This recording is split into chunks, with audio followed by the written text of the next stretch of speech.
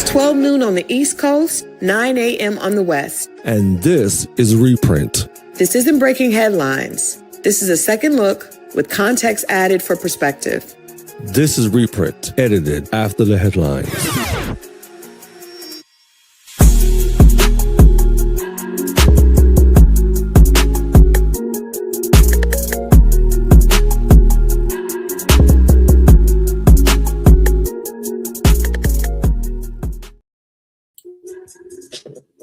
All right.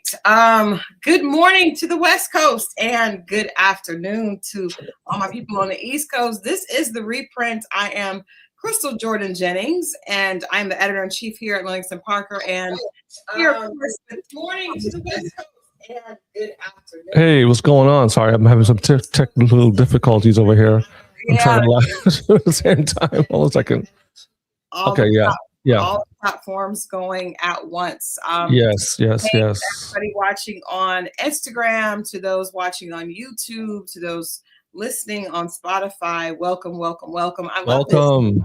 This is the day that the Lord has made. We will rejoice and be glad in it, right? Thank you, Edna, for that. It is going to be a great day. Amen. That's definitely going to be a great day. This is the Monday after Super Bowl. And I assume there are some Patriots fans out there that aren't having a great day. The Seattle Seahawks actually beat the New England Patriots pretty bad. Pretty bad. Yeah, I got some friends. I got a good friend, Ronald Tricky Montgomery. I hope you are okay today. I'm sure you are. And it's Edna's birthday. Happy birthday, Edna. Happy birthday, Edna. Happy birthday, Edna. Yeah. I'm a Patriots fan. I moved here from Boston, so yeah. So we've had our run, but you know what? You guys have. That's what I'm saying. Like you can't. I'm not even mad because there's no. Yeah, I'm not mad. I'm good. They didn't deserve to win that. It wasn't their time. We can tell the game was a game. You guys have had it several times before, so plenty of times. I think they have what, eight or nine championships and a lot of back-to-back. So yeah, it's all good. A little flex there, 8 or 9, a little back-to-back. We've dominated. Yeah, I mean, we did that. But the thing is, the whole point is that you just saw the game was what, 29 to 13, something like that. Yeah. They didn't want it bad enough. They were all over the place, were fumbling, missing. It was just a lot. Yeah, I watched some of it. The Seahawks came like really with a lot of momentum, and they never gave up. So I mean, they never let up. So I'm not gonna lie, I was actually rooting for the Patriots, because I'm such a huge fan. But I was kind of like in first quarter, second quarter, I was like, wait a minute, the energy, from the Seahawks definitely stayed up, and they weren't able to get it back. So congratulations to the Seattle Seahawks, the 2026 Super Bowl champions. But I think more importantly, people were watching a lot of other things. The game took probably second place or even third place to some of the other things that were happening last night, and that people were watching for last night. I know we got a lot to get into today. Today is going to be our Super Bowl Monday. That we got to talk about. But is there anything that I would say for me, I was concerned that there was going to be some drama, and I'm thankful at least that there was not the drama that I thought might have happened. No, I wasn't concerned. A lot of times with the hype, when you hear a lot of commercialized hype, like pre whatever, something never really happens. It's usually when you're caught off guard, like, oh, this happened, or he got shot, or this happened. But usually when it's like, oh, there's going to be this, there's going to be that, he's going to be wearing a dress at the Super Bowl, all this stuff, that didn't happen. None of that stuff happened. Nothing remotely happened. That's true. Yeah. That's true. We did hear that. We did hear that there was going to be ICE agents there, and it was going to be a big thing. I think they were outside somewhere, but I think they had protesters blocking them from coming in or something. I saw on social that way too. But it was in California, so it wasn't a bad place to be at. Yeah. Yeah, and I also I do want to point out that over 100 million people watched the Bad Bunny halftime. We're going to talk about that in just a bit. 100 million? Oh my goodness. And it's funny because perspective matters, right? So I saw the headline today that said that 5 million people watched the Turning Point headline with Kid Rock headlining it. And I was like, man, 5 million people. But then when you heard that 100 million people watched the halftime special with Bad Bunny, and it appears that President Trump did as well, because he had a lot to say about the halftime special, but he would not have been able to, make all those comments and those negative, accolades if he didn't watch it as well. So he watched. One of those was President Donald Trump. So no, he watched, because I saw a post a few minutes ago where there's a newscast guy I follow, and he showed from the party, in Donald Trump's party, he had his screen up and Bad Bunny was performing. So even though he was going to boycott, he watched. Yeah, he watched. I love it. Yeah. And you know what? And all those people that followed them, he watched Bad Bunny while some of them probably tuned in and out to Kid Rock. And I assume those numbers are probably inflated as well. Probably. I don't know. I think most people really watched. But let me ask you this question before we move on, right? When Bad Bunny came on, there were a lot of young women moving, shaking, dancing. In my mind, I'm like, these old white men are not gonna want to watch this. They're gonna want to watch this. That's true. They're not gonna watch an old wrinkly Kid Rock on stage when you can watch young women twerking and moving and whatever, salsa, whatever. And I'm just like, I know they're watching it because this is what they're into. You know what I'm saying? So come on, you fly to the Dominican Republic or Puerto Rico or Mexico for stuff like this. Come on, what are we talking about? That's a good point, Victor. That's a really good point, because I heard someone say, we were watching last night. We were watching like comments online, and I will say, and I was going to say this later, but like the only thing I would have liked if we had captions, because I didn't really understand. I could feel, and you could feel. Yeah, me too. I didn't really know what was, I didn't understand the words. I don't speak Spanish, but I did know that I don't think any men of any culture or any background were upset. Any heterosexual men did not feel left out, because there were some beautiful Latina women everywhere, and dancing, and I also want to say, because one of the things that President Trump put in his diatribe when he had to try to say negative things about it on Instagram right after, was that there was like all this dancing provocatively. I would love for you to point out any Super Bowl performance in the history of this country where there haven't been provocative women dancing, or beautiful women dancing provocatively. The very definition of the NFL is highly focused on cheerleaders.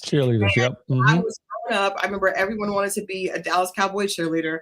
Dallas Cowboy cheerleaders dress provocatively and dance provocatively and look beautiful.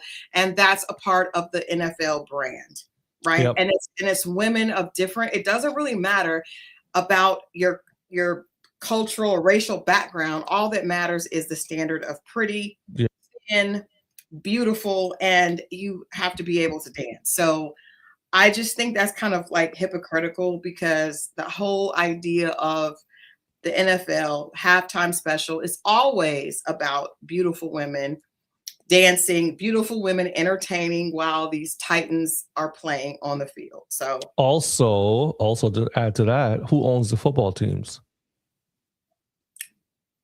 These old white men. Exactly. Old white men. And they're the ones that set the standard. They're the ones who hire and fire, and they control the NFL, the league, because is what it is. So one thing, I'm not an old white man, but I have been around several, and one thing that I know, I just like to say, I don't even think it as old white men. I think men, period, heterosexual men of any socioeconomic background, race, creed, country, all enjoy entertainment by beautiful women. So I don't see anything different than what happened in the performance last night than what happens every year.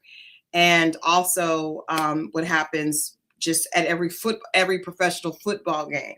There's a Netflix special on the Dallas Cowboys shows. I used to be obsessed, with as a kid, because we were growing up, that was a big deal, football players and cheerleaders, that was like the standard.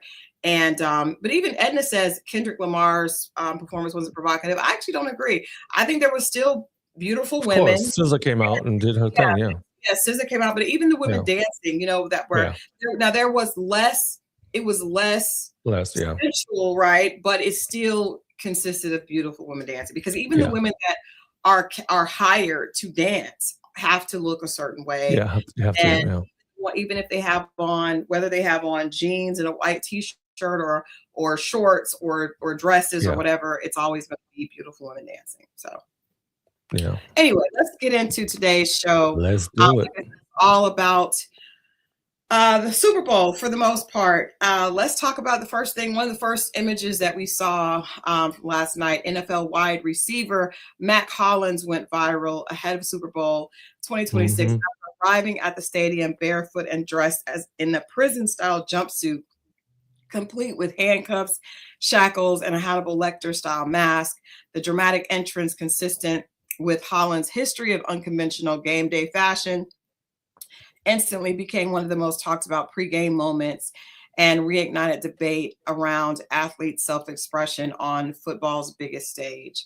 What did you think when you saw that? I will say I did see the mask and I saw the shackles. I saw the handcuffs. I didn't. Do you have a slide? Sorry. Can you hear me? Yeah, I can hear you. Can you put the slide up? Oh, I'm so sorry. No, that's fine. Yeah. I did not see the bare feet, and I didn't see the feet, the shackles down there on his feet. Wow. Yeah, I didn't see the pregame. I didn't know about this until after it was, told to me, but I don't understand what the I would have to hear what his reason for this is. I don't know why he did that. It must have been something to do with his protests for ICE or something like that. I'm not sure. Maybe he has Hispanic background. I'm not too sure. Maybe someone he knows is affected by ICE and they got deported or taken away. I'm not sure. Or maybe it could be something to do with slavery, reparations. I'm not too sure. It was a statement, though. It was definitely a statement. And I think that I'm looking at just some online things. It definitely was bold, unique, and unapologetic. I'm not sure what that meant, but that was his personal statement. And I do think that usually we pay a lot of attention to the fashion that the guys wear when they come in. But I think that it probably had a lot. I mean, I guess everybody could definitely have their own interpretation of it. But to me, when I saw it, I thought of like the idea that a lot of times because he's holding, if you look at this picture, he's holding a jersey.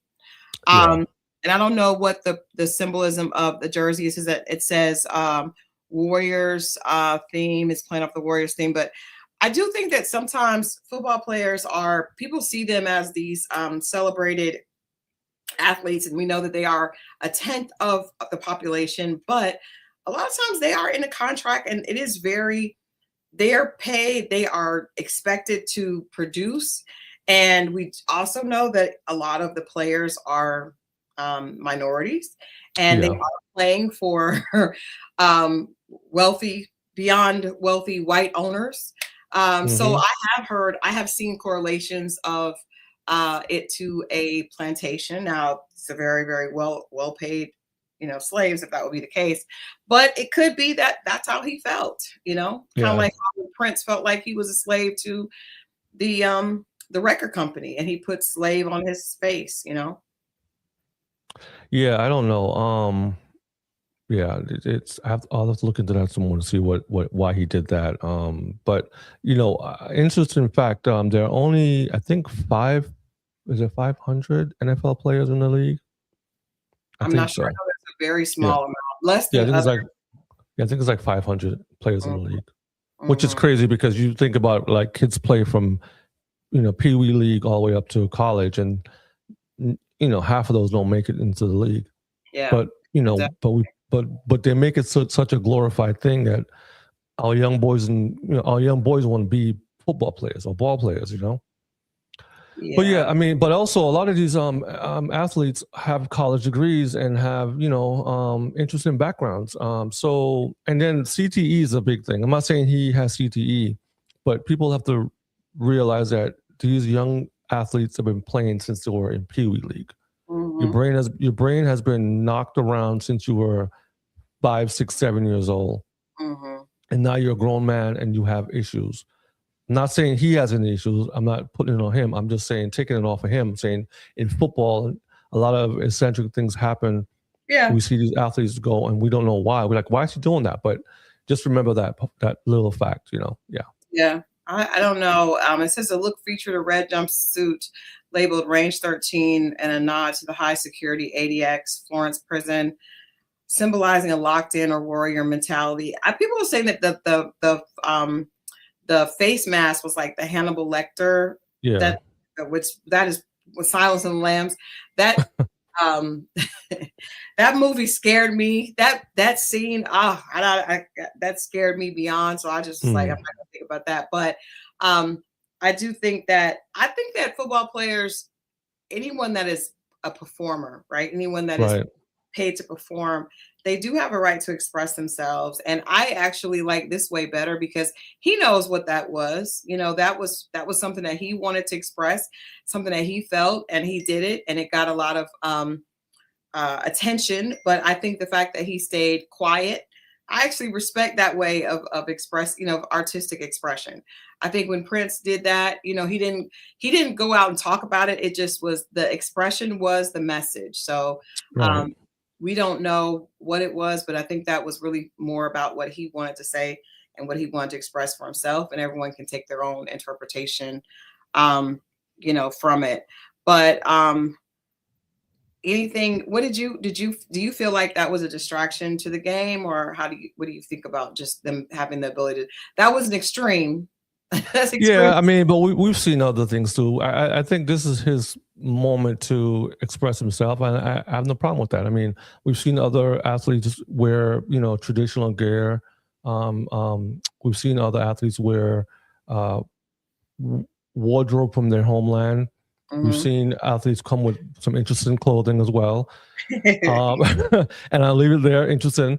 But so he chose that moment to express himself, and it stuck. And a lot of times, this is all the athletes have in his moment, because unless you're winning a game or you've had high points and then you get to go to the press and you get to talk afterwards, a lot of times this is their only way of expressing.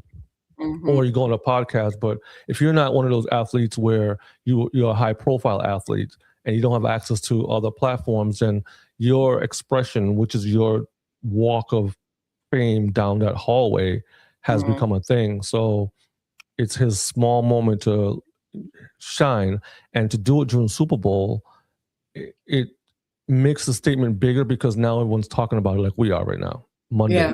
So yeah.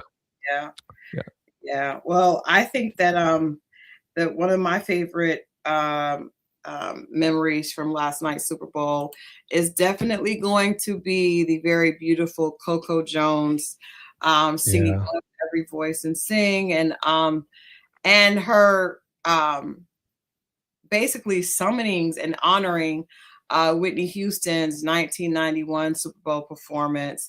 I love that because I don't think that there's anyone that has been able to sing the national anthem the way Whitney Houston did. That was such a huge moment.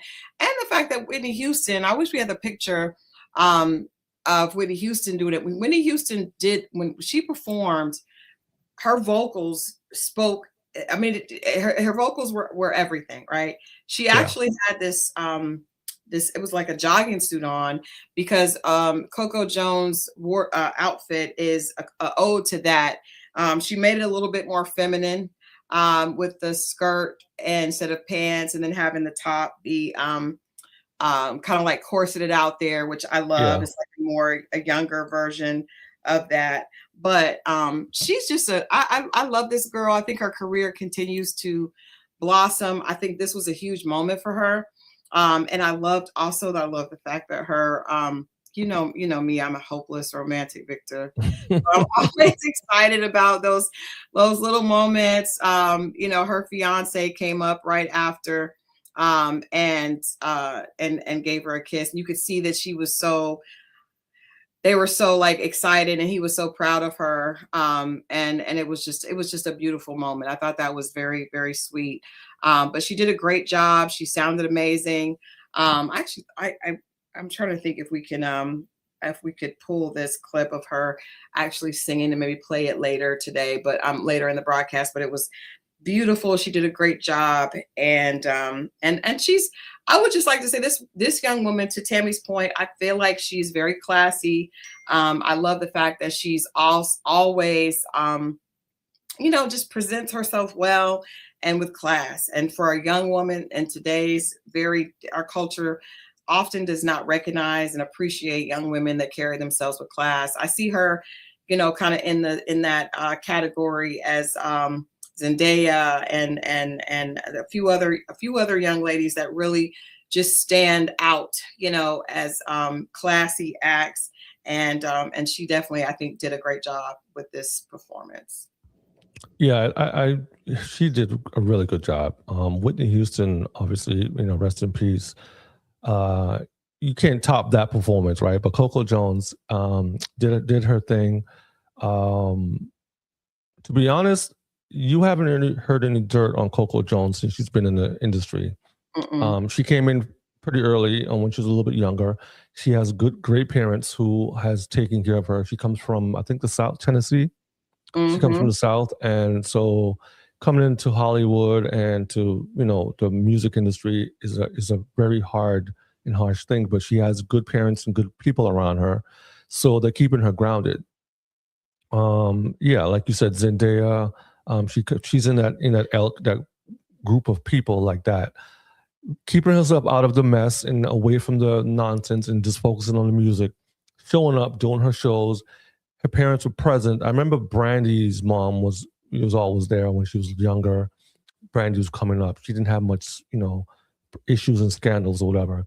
But Coco Jones, she did a really good job on that. Shout out to Coco Jones.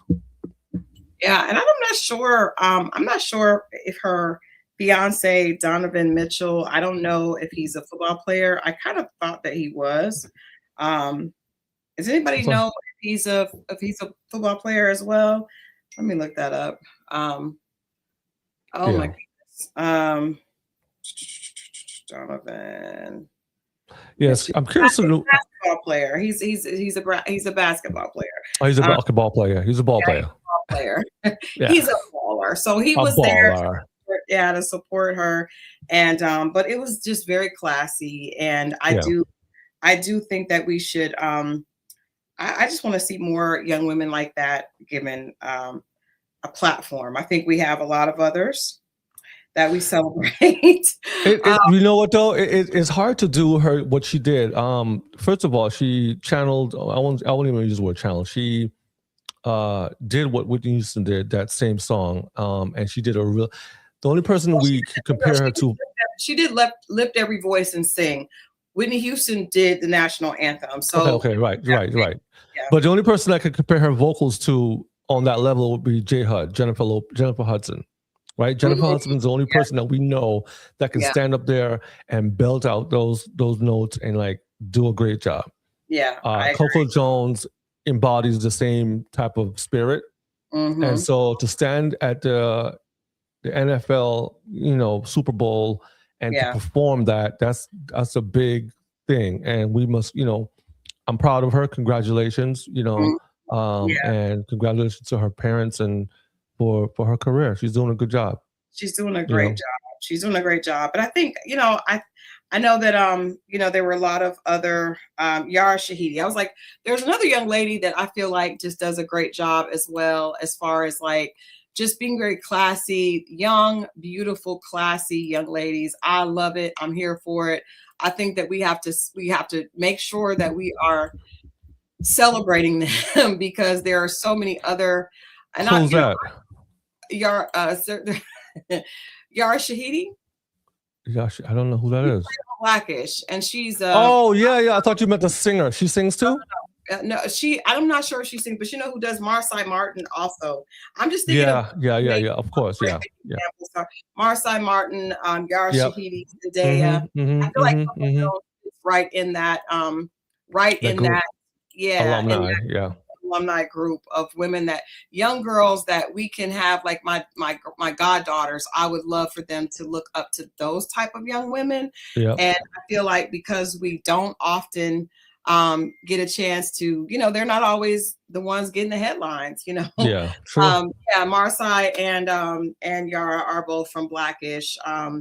Yara went to Harvard recently, last year. Harvard, yep. Yeah, so I did pull a clip. I just want us to just have this quick clip of Coco Jones, and then we'll move on to this this halftime performance.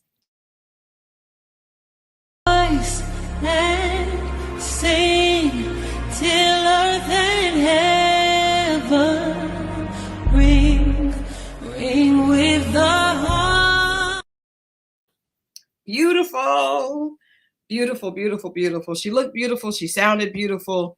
And what a great tribute to the unequivocal vocalist Whitney Houston.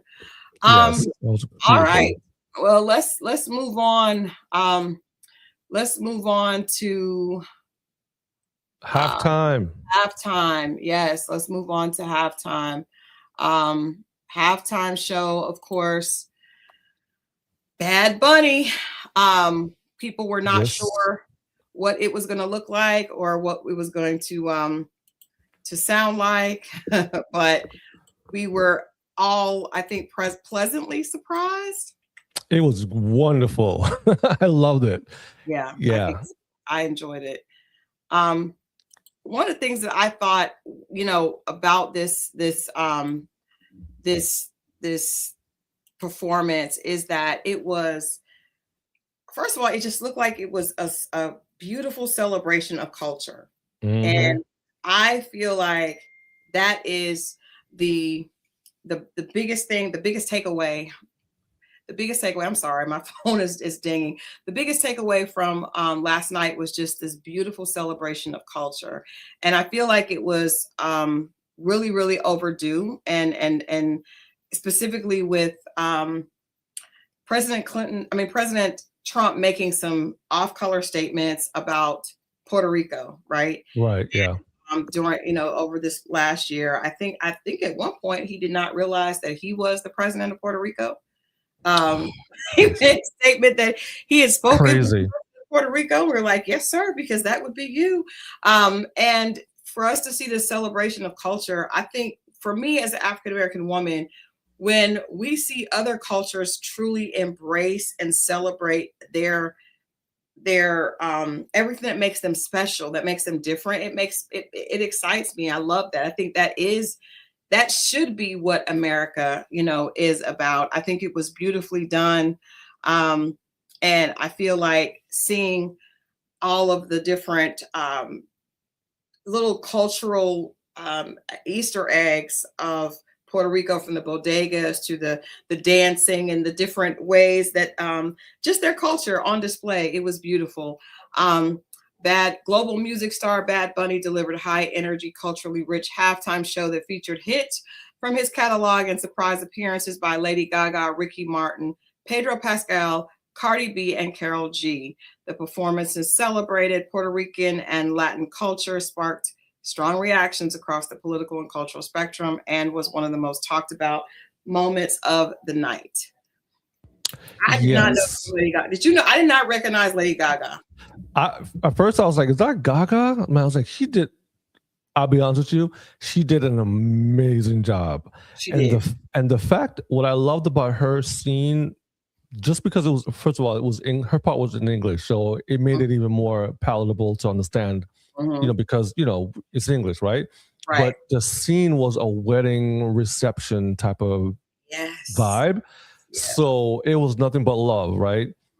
But Bad Bunny's performance last night, it was electrifying to me. You know, because we saw Usher last year. Usher was, you know, amazing because we all know Usher and his music, right? Right. We grew up in his catalog, so we know what he's about. Bad Bunny is a seasoned artist. He's professional. His vocals were good. I don't know what he was saying, but I took that moment to, I embraced that moment of not knowing what he was saying, only because I wanted to feel what he was saying. You know what I'm saying? A lot of times we listen to the words, and the words, you know, frontal lobe, we hear the words and we process the words. But when you can feel the music and you can feel the love and you can see it in the translation of the dancing, that is the more communicative to me than the words. Words are one part of a song.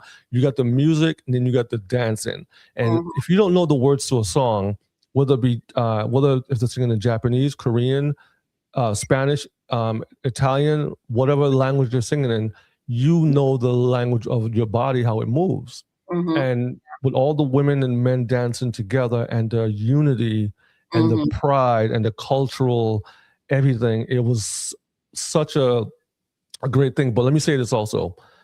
When the halftime show started and the scene started in the cane fields in Puerto Rico, and then it went through. You saw the sharecroppers, because those are sharecroppers cutting sugar cane, right?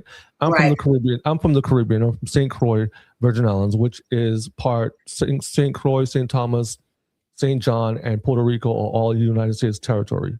So I'm a citizen by birth, right? But knowing the sharecroppers and the plantations, we've had those on our islands as well too. And to see that the scene comes from that place, it makes it more cultural. It makes it more relevant to us who live here in America, on the mainland, we call it. And so it shifted to the fields of the football field, and he connected two different issues that we deal with in this country. Because a lot of times, was it FBA want to say that, you know, if you're not from America, you didn't go through the slave trades, and it's like, nope, we went through the same things in the Caribbean as well too, as you did here. We were segregated because we were on an island, but we still went through the same problems. Right. And for him to start in that level, it showed Afro-Latinas, because that's what you have. You have Africans that mix with the Indians, the indigenous Indians on Puerto Rico, the Taínos. I'm giving a little cultural history here. I like it. and so what would happen is, during the slave trade, they would take the slaves from Africa, bring them to the Carolinas, and then if something happened, they would switch them out to the Caribbean, and then something happened there, they'll bring them back up. So we had a slave trade going on with sugarcane and all the other stuff. So for him to show that to begin his presentation, it set the tone for what he was going to do. And then in the end of his presentation, he showed all the flags from the countries that represents what the struggle was. And it was a struggle. One more thing I want to add to that before I let you go, right? No, I saw commentary on social media where a guy was showing that all of the imagery that Bad Bunny had on his show, the little bodegas and shops and stuff, those are real businesses that he highlighted. Oh wow! Yeah, those are real businesses that he highlighted during Super Bowl. So he's given so much in that one performance. It wasn't even about him. Yeah, you know, and to spit and not spit, but to throw water on the flames of hatred. His speech from the Grammys Awards carried over into the Billboard that he had on it, and the performances and the time he spent on air was all about his people, about love, about unity. It showed nothing but love. The dancing, he gave the little kid the Grammy award, which is basically, people were saying that's the 5-year-old kid who got detained, but it wasn't. That was pretty much owed to himself. Say, hey, you know. So all of those, So it was great. It wasn't like a Usher performance, or it wasn't like a Bruno Mars performance, but he had a message, and Right. he had 30 minutes or however long it was to get the message across. Yeah. And he did it excellent. He did an excellent job. And you said 100 million people watched. Mm-hmm. It's going to be more on the replay when they play it again, because and the people watching the clips of it, there'll be clips. I'm sure there are clips on YouTube, so more people will have a chance to watch it. And to Tammy's point, that was actually a real wedding that took place. That couple actually did get married there. Yep. Beautiful. I've always been of the mindset that when you do something that is for others, it actually makes you bigger, right? It makes you. Yeah. We look at the music, the musicians that do things that are about bigger messages than themselves. Those are always the biggest songs, right? They're timeless. They're classics. And so I think that this performance is one that was a disruptor, because it actually, in the face of everything that's going on right now with the Latina community, I think it was just, I don't think it could have been handled more beautifully. And I also think that it really shows that music is a universal language. My daughter, my daughter is a DJ on a international cruise ship. It's not an American based cruise ship. It's actually an Italian based, but they have a lot of Latinas and South Africans that are a part of the crew. And she texted me last night and she was like, this just proves that music is really a universal language, because you Americans, that people that don't speak Spanish might not have understood, but you felt it. You felt the love, felt the message, you felt the cultural connection. And I think that's really what America is supposed to be about. It's a melting pot of many different cultures. And I am very anti-Europeanizing everything, right? This whole idea that we all have to assimilate to European culture is disgusting, because what makes this country special is that we do have so many different cultures that are all here, that should all be celebrated. And it's a melting pot of all those things. That's what makes it special. And so I think that he will definitely go down in history because of what he did, and because he did realize it was an opportunity not to just celebrate him, but to celebrate his entire culture. And that's huge. That's always a bigger impact than when you just get up and focus on yourself. I did love that scene of him giving the Grammy to the little version of himself, because I'm sure, growing up where, however he did, he probably never imagined that he would, or even if he did imagine it, it was a long journey to get to winning Grammys and being on the Super Bowl stage. So shouts out to Big Bad Bunny, because I was not even familiar with his music, but now me either. Yeah. Now I'm intrigued. And it was also great to see Ricky Martin. Can I just say that Ricky Martin looks the same? Menudo. And as far as Lady Gaga, I did not. At first, I couldn't. My husband was like, "That's Gaga," and I was like, "Is it?" Because she looks so different. She definitely can change her look up a lot. She's a comedian. But even though she was singing in English, I felt like she was singing with a Hispanic accent. Did you get that? Like, she sounded like she had an accent. I just. She's also an actress as well too. She plays. She's an actress, so she knows how to morph into the characters, and she did a real good job. She danced, and I mean, it was done so eloquently well that it was just, I have nothing bad to say about it at all. I mean, I'm not a Lady Gaga fan either. Like, I'm not into her music. Right. I was like, couldn't it have gotten like Christina Aguilera or someone who's actually Spanish? But you know what? Forget all that. People who work with you well and who, express and appreciate the culture is who we should be, allied with. Not all skin folk is kinfolk, like they say, right? I'm not against Christina Aguilera, but Lady Gaga did an excellent job. I mean, I was impressed. I was like, wow, the music, the guys in the background dancing, everything was so well put together. And also understand this. Those performers don't get paid. Bad Bunny wasn't paid to do this. They actually pay to there's a budget that, from what I'm told, there's a budget set aside for the halftime show. They don't make money from this. So the artists don't. But I do say, I will say that they don't. But what happens is the catalog goes up.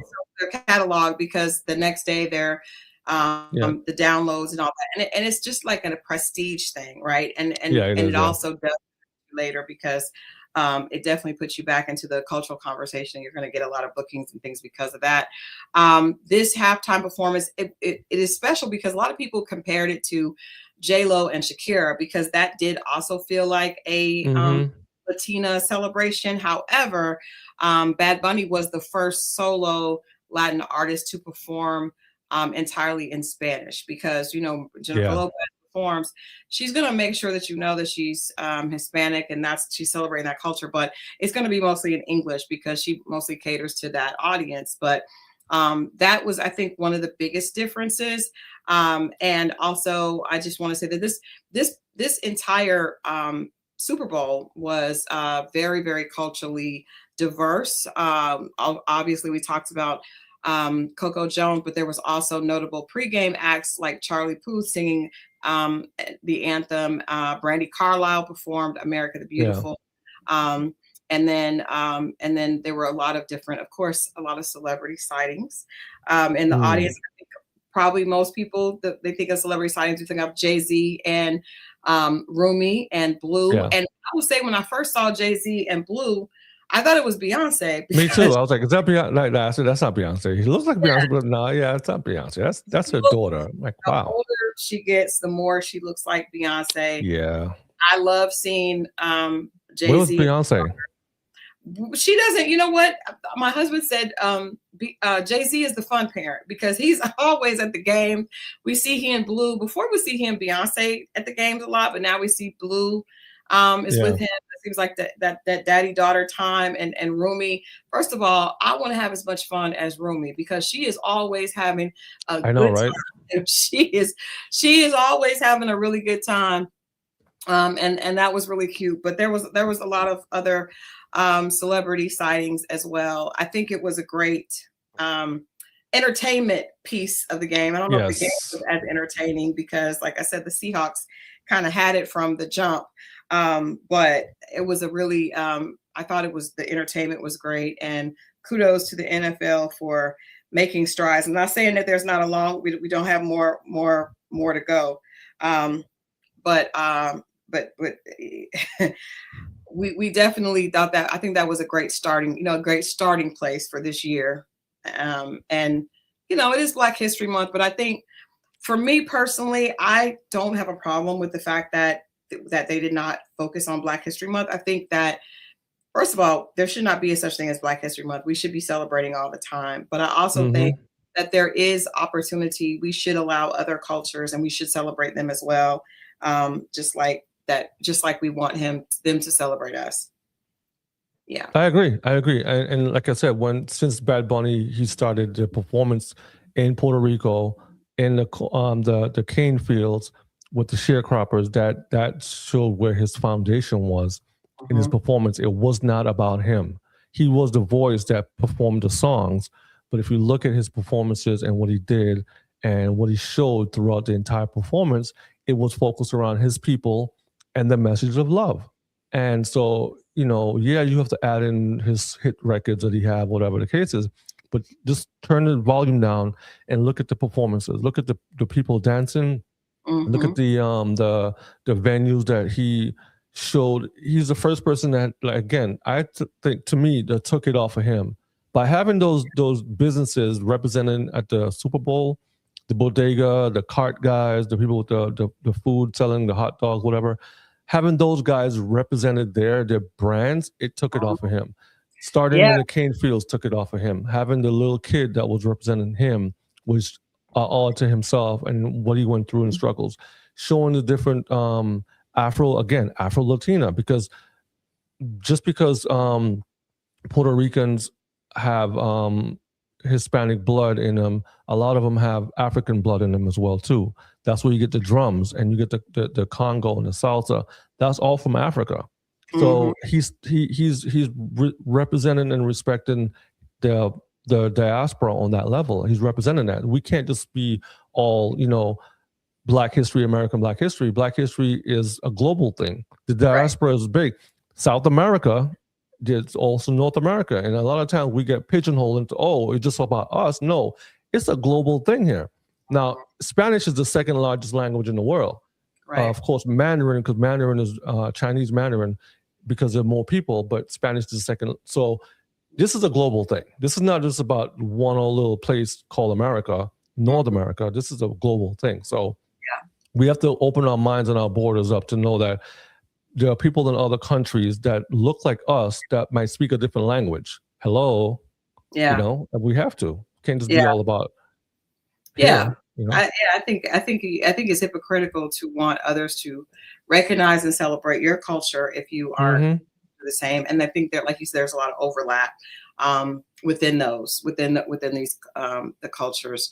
Moving on to the Super Bowl commercials. The commercials are always one of the biggest draws to Super Bowl. 2026 Super Bowl did not just deliver football and a powerhouse halftime show.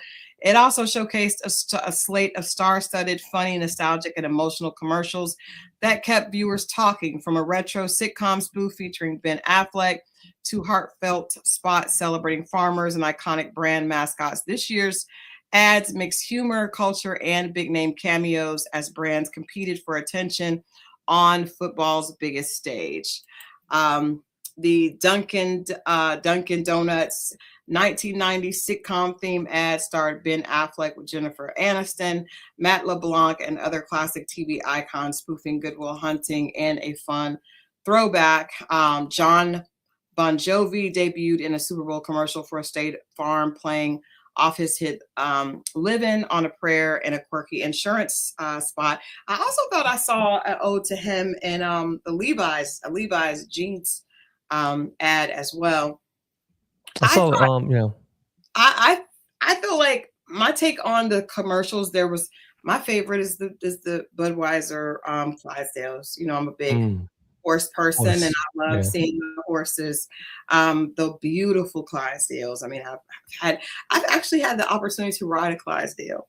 Oh wow! It is a beast. A big horse, huh? Yeah, it's a beast.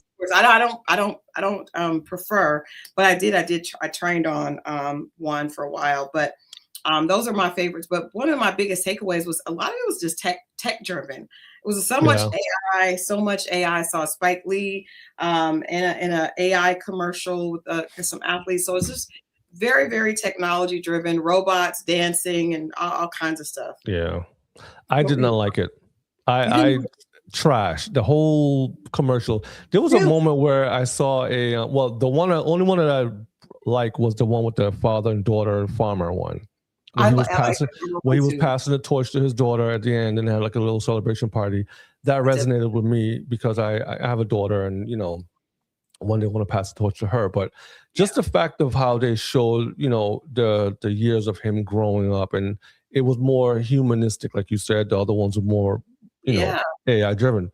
But there was a point in time where they had even a I forget what it was. It was a commercial with the Backstreet Boys. And then right after that, it was a blue screen and then some words. Did you see that one? It was like a blue screen and then the words of a song. And I'm like, what is this? Like, the commercials aren't hitting the same like they used to. I don't know what they're paying these days, but the commercials are horrible. The Dunkin' Donuts commercial, I saw that one and I was like, why? Why are we watching, what was it, AI? It was some type of like, it didn't make any sense. The commercial did not make any sense.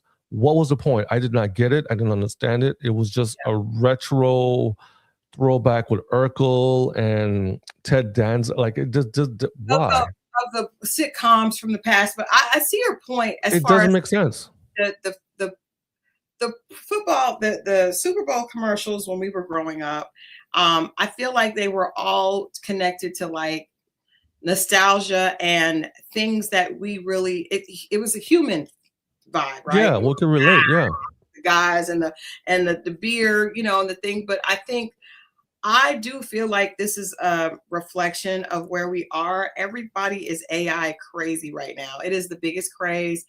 People are transforming themselves into robots. Like, it's just, it feels less it's less of a connection. You know what I mean? Yeah, Because yeah. There you go. you know, There you it's go. not, it's taken away the humanistic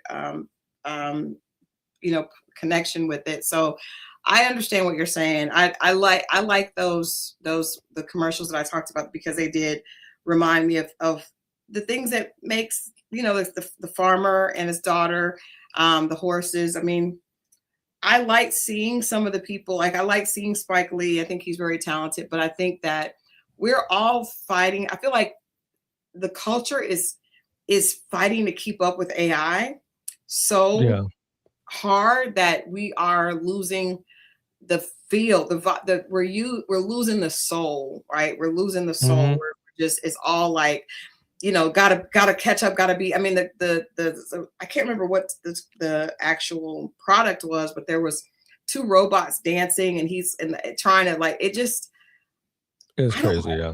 But as I was out, because I was out Sunday during the day. We took the day to just have a family day. My husband and I and the horses we just hung out. But when we were on the highway we were going to a feed store, there were all these like Waymos on the road, on the highway. Wow. Highway? On the highway. I've seen them downtown, but actually seeing these Waymos on the highway was kind of weird. You know what I mean? These self-driving Ubers that are all over Atlanta, but seeing them on the suburb highway was kind of that's nothing. You want to hear something scary? Yeah. So I saw a video. I hadn't shared with you yet, but I saw a video where a guy was basically showing there's a new AI. I forgot what it's called. I think it's called something bot. It's like a chat group, right? Mm-hmm. That only AI is in. There's an AI chat group that only AI is in, right? They have their own chat group. In that chat group, they form their own religion. They have their own language. And they have figured out, and this is in the last month or so, figured out how to process stuff, right? They even got to a point where this AI created a avatar and a voice and called the creator when he woke up that morning and was talking to him about some stuff. The AI in the chat group is complaining about the people who we are in a crazy time because the AI that we have right now we have been training the AI to take over our lives. Mm-hmm. And every time we go on these AI platforms, it trains from us. And so now AI is a place in the next year or so where they will have their own community, their own everything. Yeah, it's getting crazy. But going back to the commercials for a minute, unless you can relate to what people are going through, they're not going to connect. And a lot of these commercials, again, the Dunkin' Donuts commercial did not connect with me at all because Dunkin' Donuts is a donut company, or used to be. Mm-hmm. Now it's a coffee company. It's a coffee company, right? They make coffee. But it did not connect. What they were trying to portray, I don't understand. Other than just the brand, it doesn't make any sense. You know, I didn't like it. It was bad. I was like, this is horrible.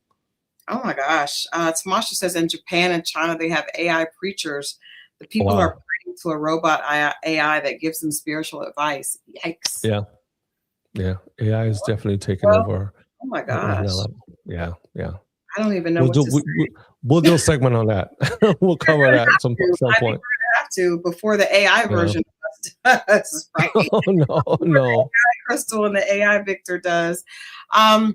We do have to moving out of Super Bowl, but if you have feedback or comments to share on Super Bowl 2026, please leave them in the chat. If you're watching this on the replay or listening to this later via Spotify or any of the other platforms, please leave your comments. We would like to know what you thought of Super Bowl 2026. What did you think of I'm so sorry, Bad Bunny. Bad Bunny. Bad Bunny. What did you think of Lady Gaga? And I was like, she got a chance to do 2 Super Bowls, but then I realized several people have. Beyonce has done that. Several people have done. Kendrick Lamar has done it. Yeah. Lamar, but different. We need Chris Brown. We need Chris Brown next. We want Chris Brown. I would like to start please. Now, I will say, I don't think he should have said "They Need Me" last night. I think he should have let Bad Bunny have his moment. But I do think that we need a Chris Brown. He would tear the doors off that place. If Jay-Z can't get over his personal issues with Chris Brown, I think that the people need to stand up and say, if we don't have a Chris Brown Super Bowl in 2027, we are going to start our own turning point. It could be 2028, 29. I'm okay with it being later on. It needs to be his concert last year was the biggest selling male solo concert ever. And not only was it, and I think, after we have a cultural moment, I think we should get back to entertainment. And I don't think that there's anyone on the planet right now that is able to entertain a crowd the way Chris Brown does. No, Breezy is it. For Grammys, but we do see that he got an invite to the Grammys this year, and he did attend. He brought his son, which I think. Yeah. He's right. You're right. Yeah. I love that. I love the fact that he may be. I wish that I still have Publicist Bones, and so I'm always like wishing that he would kind of like just play ball, just do the political thing, because it would benefit his Team Breezy, his fans so much if he would just. But I respect the fact that he doesn't, because I do understand that Chris Brown made a mistake when he was much, much younger, but he's been penalized for it. And the industry is hypocritical. There's been people that have done far more and have not been treated like that. But his talent has superseded anything that people have tried to do. But I just think if we're talking about entertainment, there's no way that he can be overlooked again for the Super Bowl. I think that'd be an issue. But anyway, moving outside of Super Bowl, let us know what you think about that.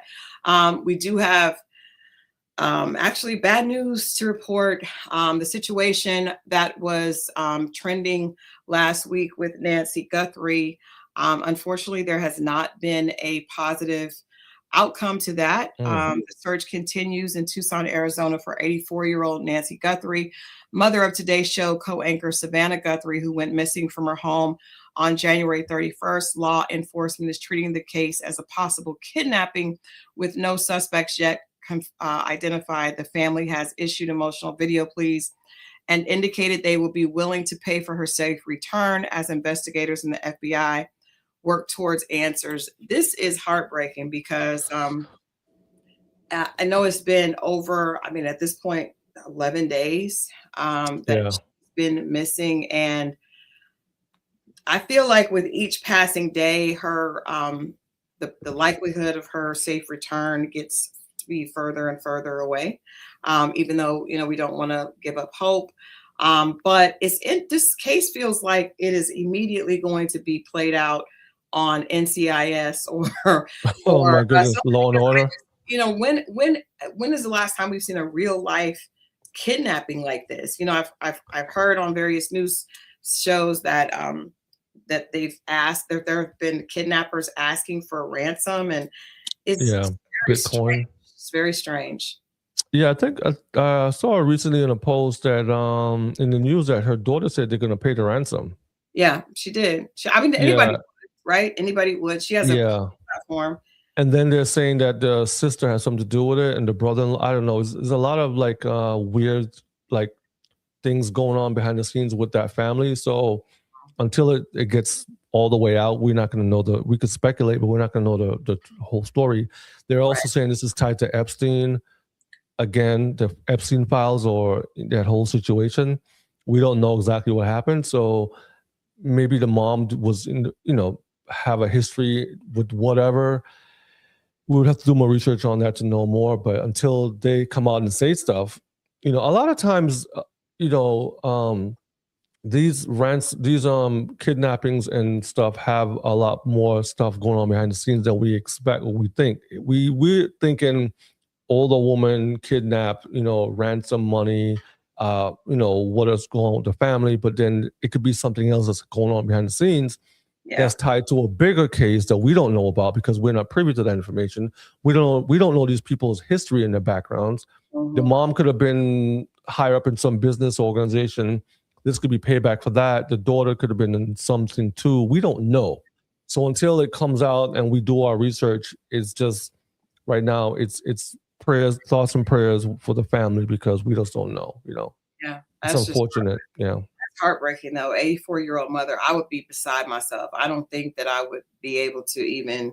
I don't know. You know what I mean? I do not know. I just I think I mentioned last week, I did a piece on the Pulse last week. We were talking about people bringing their parents to live with them. And one of the broadcasters said, I think a lot of us have missed out on, spending time, our children spending time with their grandparents, and there being this this connection, generational connection, within the family. But I know for myself, my mom lives with me now, and I'm thankful. I attended a funeral for a distant family member of mine who lost his mother over the weekend. And sorry, that is just one of the most heartbreaking things that you'll ever experience. And it was beautiful to see her grandchildren there. But I think this generation has lost the connection that we had with the elderly, and what they should be like our royalty, in our families. And so I pray that there is a positive outcome at the end of all this. And I also pray that her children, Savannah and her brother and sister and their family members are able to have some sense of peace, closure, in this. Speaking of that, unfortunately, there was not the outcome that we all wished for with Little John and his son Slade. And we told you guys last week that Slade was missing. We had actually spoken with Slade here at Lennox and Parker a few months ago, and that video is up on the site. It was we had a great time with him. Actually took our music editor Leah Kiana over to Stankonia and interviewed him in Outcast Studios, and he was he was excited about his career, excited about earning the respect of his father's peers that he kind of grew up with, and doing things with them. And unfortunately, last week at the end of, I believe, Friday, the body of what was believed to be Nathan Smith, also known as DJ Slade, 27-year-old son of rapper Lil Jon, was recovered from a pond near his home in Milton, Georgia, after an extensive multi-day search. It went on for a few days, and I was told that the family did know before they released it, but it was heartbreaking for the entire city of Atlanta.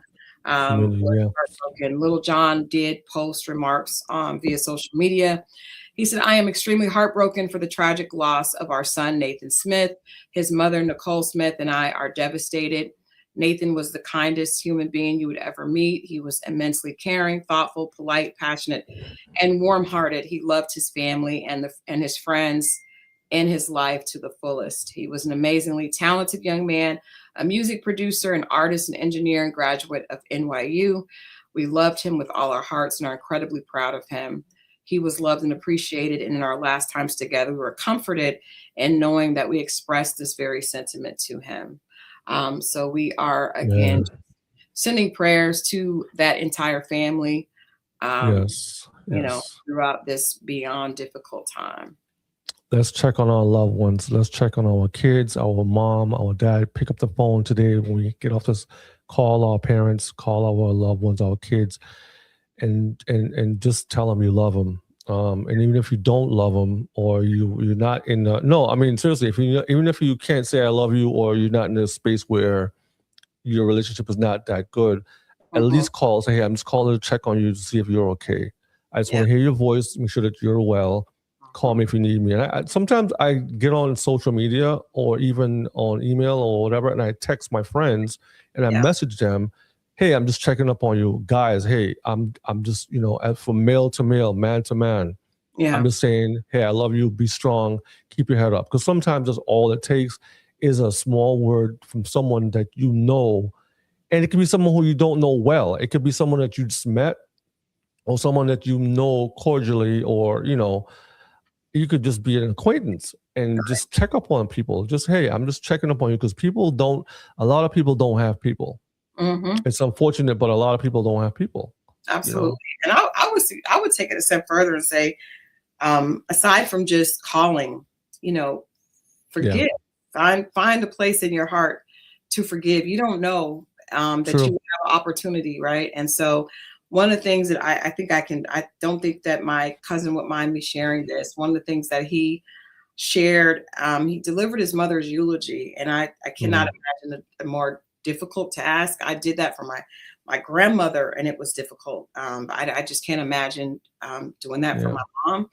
And but one of the things that he shared was that in her last days, his mother had cancer, and in her last days, she wanted her family to make peace. You know, we all know that family is not perfect, and it can be very difficult at times.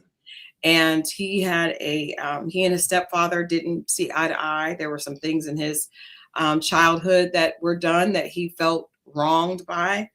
And he said that his mother, he was sitting by her side, and he felt that God telling him that he needed to, basically apologize and forgive his father. And he said his mother asked him, with one of her last breaths in her body, to put his pride aside, and that she needed him to do that for her.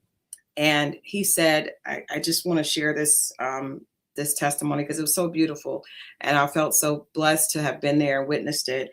He shared that not only did he forgave his stepfather, but his mother was a Christian, and he went over to his stepfather, and he said, I know my mom, we know that she doesn't have much time left, but we know that she's given her heart to Jesus Christ. And he said, I just want to ask you if this opportunity, have you done that? And would you be open to doing that? Wow. And his stepfather gave his life to God in that moment. And so not only did they reconcile, but also his stepfather's soul was saved through her passing. And shortly after that, his mother, I feel like she knew things were good. Transitioned. She left, but he shared that. He shared that in the funeral, and I thought that I cannot imagine it's a beautiful testimony, even though death is not something that we look forward to, but it is a part of life, and I would just please forgive, please. Nothing is so heinous, so horrible that you want to take that with you if that person is no longer here. And I can't imagine the torment that a person would deal with afterwards if they had kept this forgiveness, as a not letting their pride go, and that person is no longer here. You no longer have the option, So take today. What is this? February 9th? Take February 9th as an opportunity to forgive anyone, for yourself. Forgive yourself too. Yeah. Most importantly, please do that. So. I would say, in sharing that, we pray for Lil Jon and his entire family, but take this opportunity to see this and don't waste another minute holding forgiveness in your heart, forgiveness towards someone back from them, Yeah.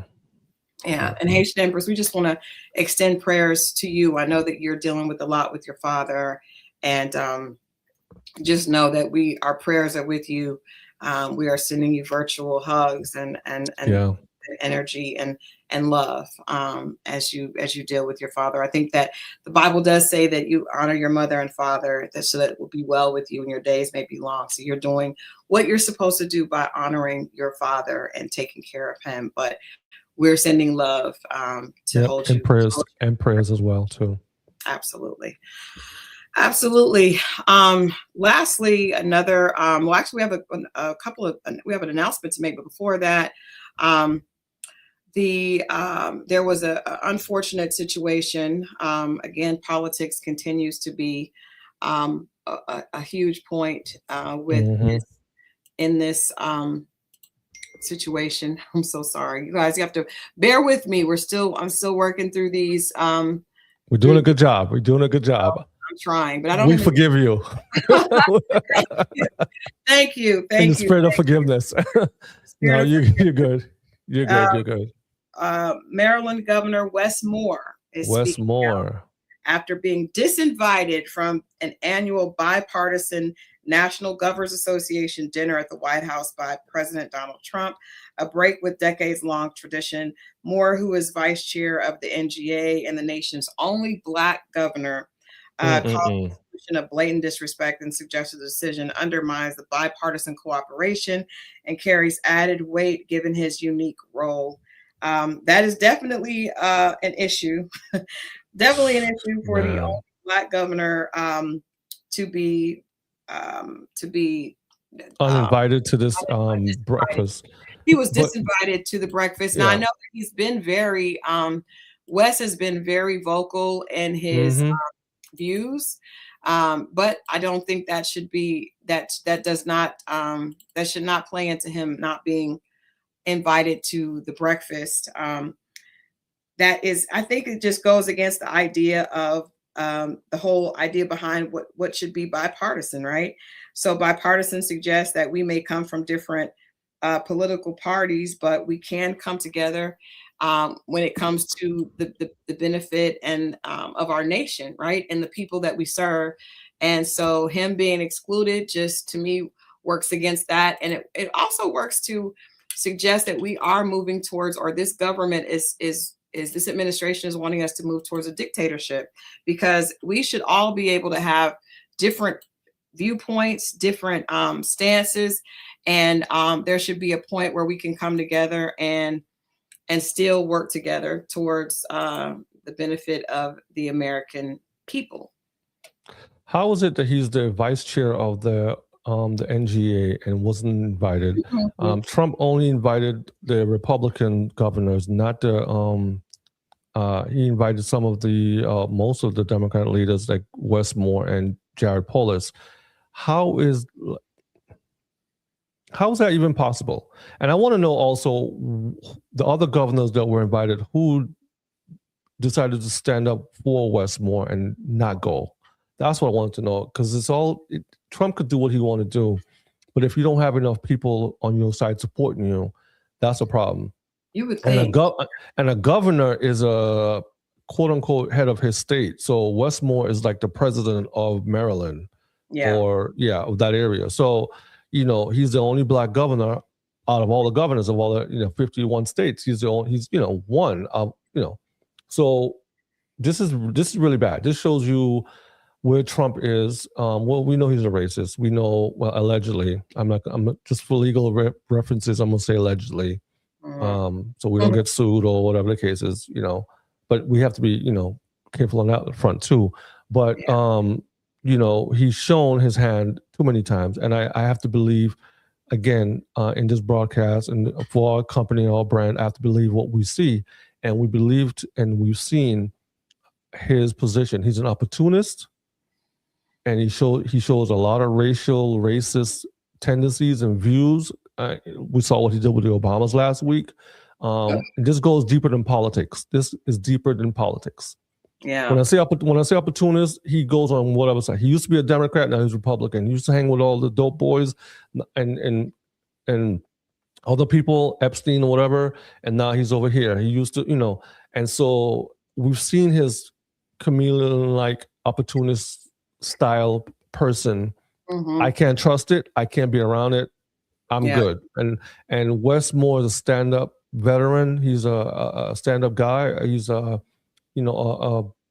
black governor, and he's done a lot for his state. And so we've seen Trump issues with not just Wes Moore, but Gavin Newsom here in California. And he's a mess. He is a complete mess. And then get on his own platform and say all these things about people. He went to Puerto Rico during the hurricane they had a few in his first term, and he threw paper towels at people. And he's disrespectful. Very disrespectful. He's a narcissist, disrespectful, racist, opportunistic person. We've seen it. We know what it is. He's I can't say anything other than that about this person. So I think that this was a response to Governor Moore's criticizing Trump's use of the National Guard for police work. He called it a dangerous misuse of the military. He also said that they were not welcome in his state. He called Trump's comments regarding crime in Baltimore as purely performative and blissful ignorance. I love the rhetorical wordplay, citing data showing double-digit decreases in gun violence in the city. He publicly mocked Trump's claim that calling himself the greatest president, and just by putting LOL. But even after all of this, and even after being disinvited, because I want to be clear that he was invited and then he was disinvited, he did say that he would still be willing to work with anybody that would bow down to nobody.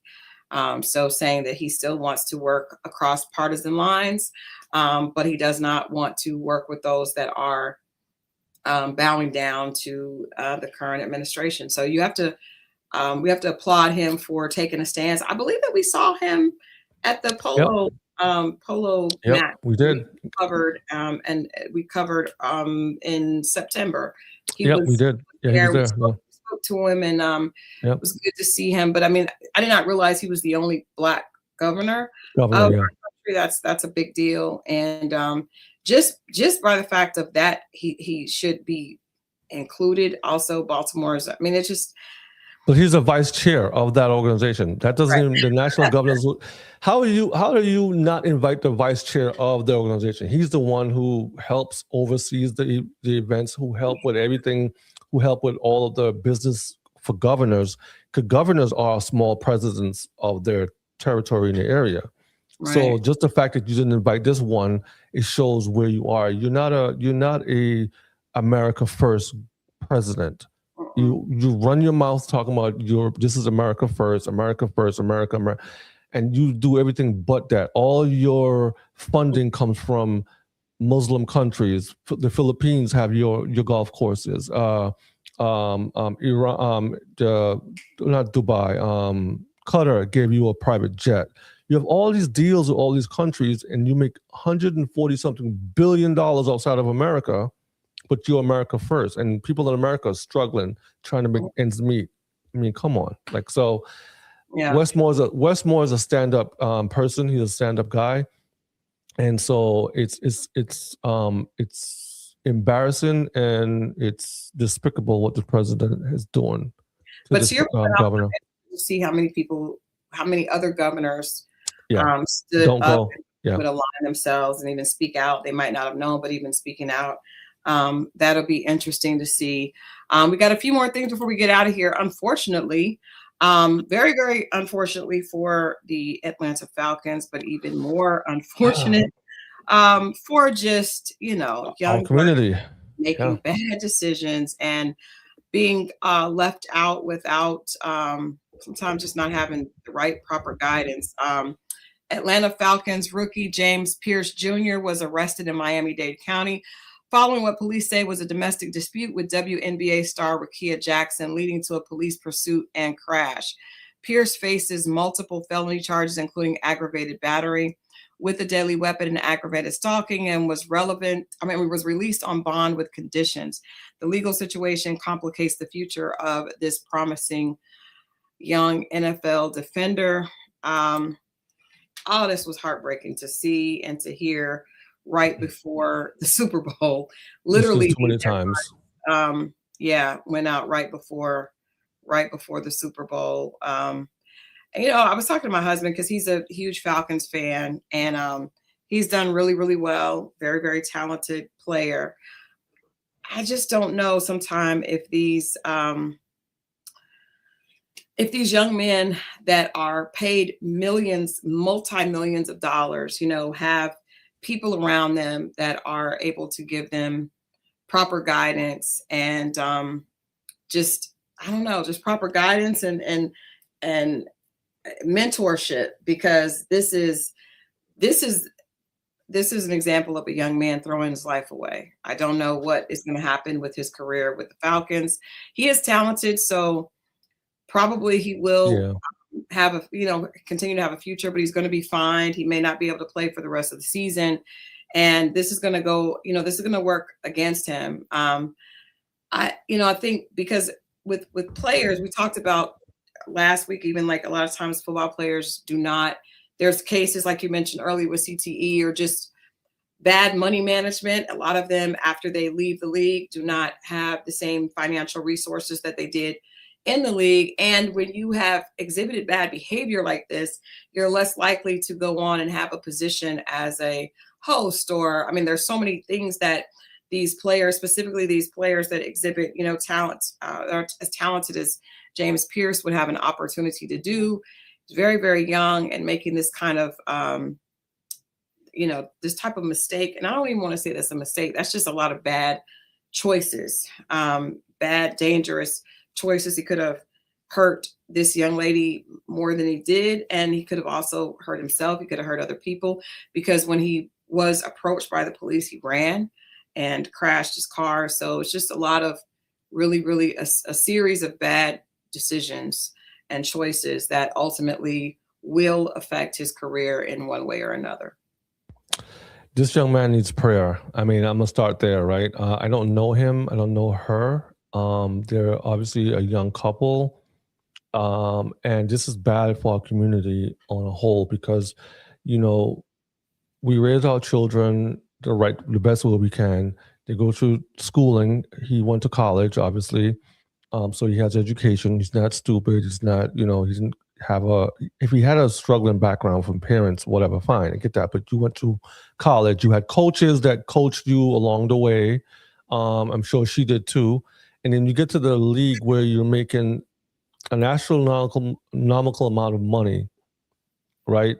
Contract-wise, you've reached the pinnacle of your career where you were trying to get to from a child. Again, there are only about 500 football players. So for you to make it in the league and get there, it shows that you've sustained the test of times to make it in this place. Mm-hmm. And now for this to happen emotionally, something wasn't there. I don't know how old this gentleman is. How old is he? 20 something? 20? Yeah, his early 20s. Yeah, he's not mature enough, but emotionally, something happened between her and him, I'm sure. And he doesn't have that part in check. And now you're going to throw away the rest of your life, because if he didn't have money and the league behind him, let's just say he was a regular guy on the street, he would have been locked up for who knows how long. That's true. And what happens is, when you don't have the money to representation, this follows you for the rest of your life. Now, fortunately, he does have some money and representation and people around him. So he can pay the fine, which is, just say, it's $20,000. He can continue on in the league, and he can have money if the league kicks him out or his career is over. Let him go. We don't know what they're going to do. But even if the Falcons let him go, he still have resources to have a sustainable life. Facts. If you were a young man who didn't have any type of league or money or representation, you would have had court cases. You would have been in jail. Then stuff happens in jail, and then you do other things. You do other things in your life to make more wrong decisions, which will lead to more problems, and it's just a cycle and a snowball effect of changes. So fortunately, he does have the resources to help him at this point. So thoughts and prayers for him and her. I hope she's well and safe. But they shouldn't have been going through this. But again, a lot of times these things happen, and sometimes, let's be honest, sometimes people have the proper training, proper people around them. They just don't listen. Let's be honest. They have all this money. I'm him. They use the words, I'm him, I'm her, and I'll do whatever I want to do, and I'll crash out if I have to, and I'll pay the fine because I'm him. They need me. The league needs me. I'm him. And by the time you wake up next morning, you don't have a contract. The money that you signed wasn't guaranteed. You don't have the fans, and now you crashed out and you're burnt out and you're done. So a lot of times these young people, and I'll be honest, don't want to hear from older people, old woman. Something different. Exactly.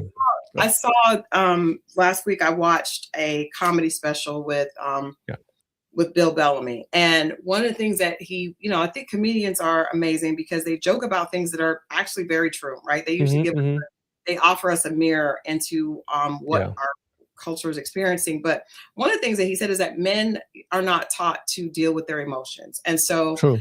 very early age. And so a lot of times when you get a young man who is he's getting all this money, he's being, celebrated on a national scale. And then something happens that, with a woman, usually it's unfortunately, it's a woman, cannot control his emotions, he acts out. But he was just saying that across the board, men are not taught to be emotionally intelligent. They're just not taught, and they usually can't. A lot of times they can't control their emotions, and being able to manage, navigate, and control your emotions is very important to maturity. It's a very important piece of maturity. And a lot of times when you don't have that teaching or training, you are destined to crash out. And that's what, when I listened to that last week and then I saw this happen, I was like, this is a good example of what he was talking about. He was joking and saying, if a man sees a woman doing something, he can't handle it. Women can go to their girlfriends, or they're used to talking about it. Men often experience it, don't know what to do with this emotion, and it comes out through physical, in a physical way. And so I think this is, an example that we definitely need to be talking to young men. And the old ways of doing things where we allow women to be emotional and we say that men are not emotional is obviously not true, because all these situations of crashing out is a result of men being emotional and not knowing how to handle it. And so, like I said, prayers to this young man, but this is not something that is, we hear about these kind of situations all the time. It's very common. And I do think, to Bill Bellamy's comedic point, it is a result of us not giving space for their emotions. We must teach them that it's healthy to talk about their emotions and to acknowledge having emotions. When you don't acknowledge that you have it, I don't care, and then something happens and you do care, and then you crash your car into her car and don't know how to, and then want to fight and don't know how to handle it. That's a problem. Not making excuses. I'm just sharing this. The back, sometimes what is the DNA of the problem? Because we see this happening to a lot of different men, and I think it happens with people that are not in the spotlight, but the people that are in the spotlight have so much more access and so much more, so it doesn't, they're not held accountable for a lot longer than the average guy does. The average guy does this at 16, he goes to jail. You may not hear from him again. Celebrity or athlete can do this numerous times and they can pay their way out of it. They can get their way out of it because of their talent, but the root problem is the same across the board. And so I do think that's something that we need to pay attention to as we're, looking at our young men. Lastly, because we've gone way over today, but it's okay. Way over. Super Bowl, mostly, but we have a wonderful announcement to make. We are excited. Lennox and Parker is proud to be sponsoring the Pan-African Film Festival Soul Comedy Night, hosted by comedian Tony Rock and celebrating comedic Black excellence. The event honors the 2026 premiere cover girl for Lennox and Parker, Daphne Springs, who is I think that she's like the next queen of comedy. She's queen of comedy next. This show features comedy legends Tommy Davidson and Finesse Mitchell. It will combine laughter, history, and cultural legacy in one unforgettable night. And like I said, we are excited to be presenting Daphne Springs with her Lennox and Parker cover. We hope that you guys will stay tuned to the website for more information on that. But we are honoring her for representing innovation, humor, and Black excellence. Her recognition at this festival underscores the intersection of comedy and cultural influence. So Lennox and Parker will be there. That event is happening on Wednesday, February 11th. So we will have more about that on Friday. Of course, we'll have some exclusive clips and everything from that. But we will be there, and I'm excited to celebrate. Really excited to be able to honor Daphne, but also, the legendary Tommy Davidson, just part of that old school comic legacy, and then also Tony Rock. I love Tony Rock. He is like I'm a big fan. I think Chris Rock is my favorite comedian, but Tony Rock is like the more relatable version of Chris the Rocks. Yeah. Because Chris Rock that intellectual, like I've been having money for years and years and years. I've been a huge superstar, and Tony is like the relatable. We feel Tony Rock, you know. We definitely my little bro. Yep. Yeah, definitely. So we're honored to be a part of that, and like I said, definitely stay tuned to the website so you can see some exclusive behind the scenes from that event, and also from us being able to honor Daphnique. Yeah, comedy is something in our community that we all have in our family. We have comedic people in our families, and laughter is the best medicine. And a lot of times, our comedians are the ones that we look to when we have a bad day, or we have days like what we're living right now. When I say days, I mean times that we're in, and they're the ones that can express for us how we're feeling and give us a chance to breathe and just enjoy life more from laughing at stuff that we want to cry about. So this is going to be good. And then also that it's going to be at the Pan-African Film Festival. Yes. Which is amazing. Yeah. It is a great film festival because there are films, a lot of independent films from across the country. Obviously, most of them are Black or African in origin, but it's a great place. I saw somebody talking about London Brown. You know what, London Brown? I remember, we all know him from the 50 Cent's Kanan series. He was one of the Uncle Marvin in the Kanan series. I saw that people talking about London Brown. But yeah, it is a great film festival, and we are just honored and excited to be participating in that film festival. We look forward to being a part of more events that celebrate and honor our culture in its entirety, as we always say. Yes. So, you know what, with that said, if you guys have comments specifically on everything that we talked about for the Super Bowl, I know that we have a great article that Victor has done on the halftime performance. We know that's going to be trending for the next couple of days. Please go to the site. Please visit www.lennoxandparker.com. Make sure that you subscribe so you can keep up to date with everything that we have going on. The context after the context is on the website. Yes. And so we look forward to welcoming you as a part of the Lennox and Parker family. If you're not subscribed here on YouTube or Instagram, please make sure that you're following our pages on both Instagram and YouTube. And also, like I said, on the website, subscribe to get our newsletter. We look forward to being a part of your extended family. Yes, over here on the West Coast, we appreciate you guys, and I want everyone to go out and call their loved ones, go outside, get some fresh air, enjoy the day, turn off social media, even if it's for an hour or two, unplug. Again, I always tell people unplug, go out, take a walk, go for a walk, exercise, drink some water, breathe, inhale, meditate.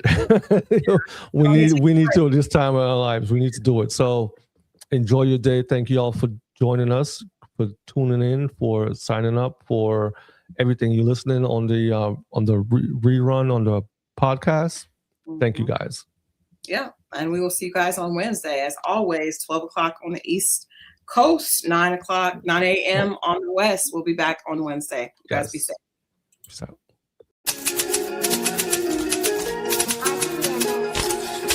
It's 12 noon on the East Coast, 9 a.m. on the West. And this is Reprint. This isn't breaking headlines. This is a second look with context added for perspective. This is Reprint, edited after the headlines.